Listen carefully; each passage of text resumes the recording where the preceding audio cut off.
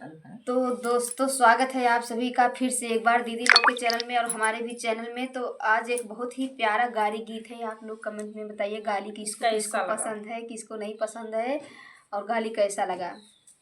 मिलके गोतिनियन गारी सुनावई, मिलके गोतिनियन गारी सुनावई, दुल्हा से करती सवाल बरतिया खाए जाय रे, दुल्हा से करती सवाल बरतिया खाए जा।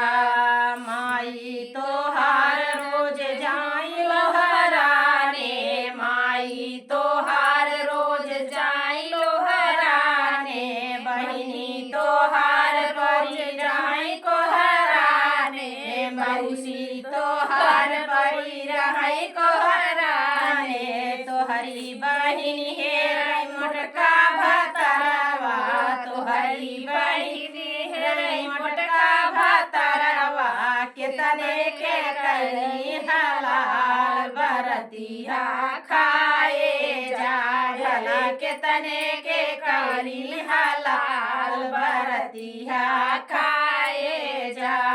मिलके गोतिनियन गारी सुनावई, मिलके गोतिनियन गारी सुनावई, कितने के गली हलाल बरतिया खाए जा। हम तो सुने तोहरी बहिनी उड़री गई, हम तो सुने तोहरी बहिनी उड़री गई, लइके जमरमा के रात की निसरी गई, लइके जमरमा के रात की निसरी गई, बहिनी चिबिल्ली के खोजन भतरवा, लागल 16वां साल बरतिया खाए जाय, लागल 16वां साल बरतिया खाए जा।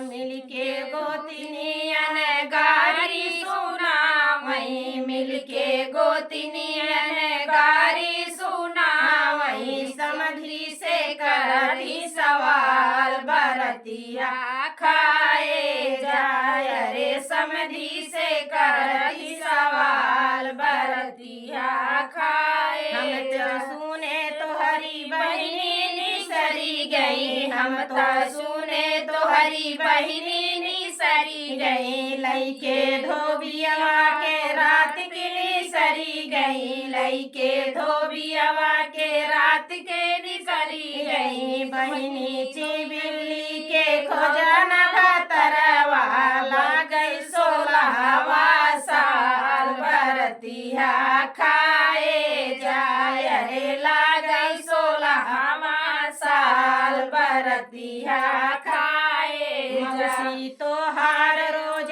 जाई गड़राने, मौसी तोहार रोज जाई गड़राने, फुआ तोहार रोज जाई धरी कारे, फुआ तोहार रोज जाई धरी कारे, तोहरी बहिनी हेरई मोटका भतरवा, कितने के करी हलाल बरतिया खाए जाय, कितने के करी हलाल बरतिया खाए जा।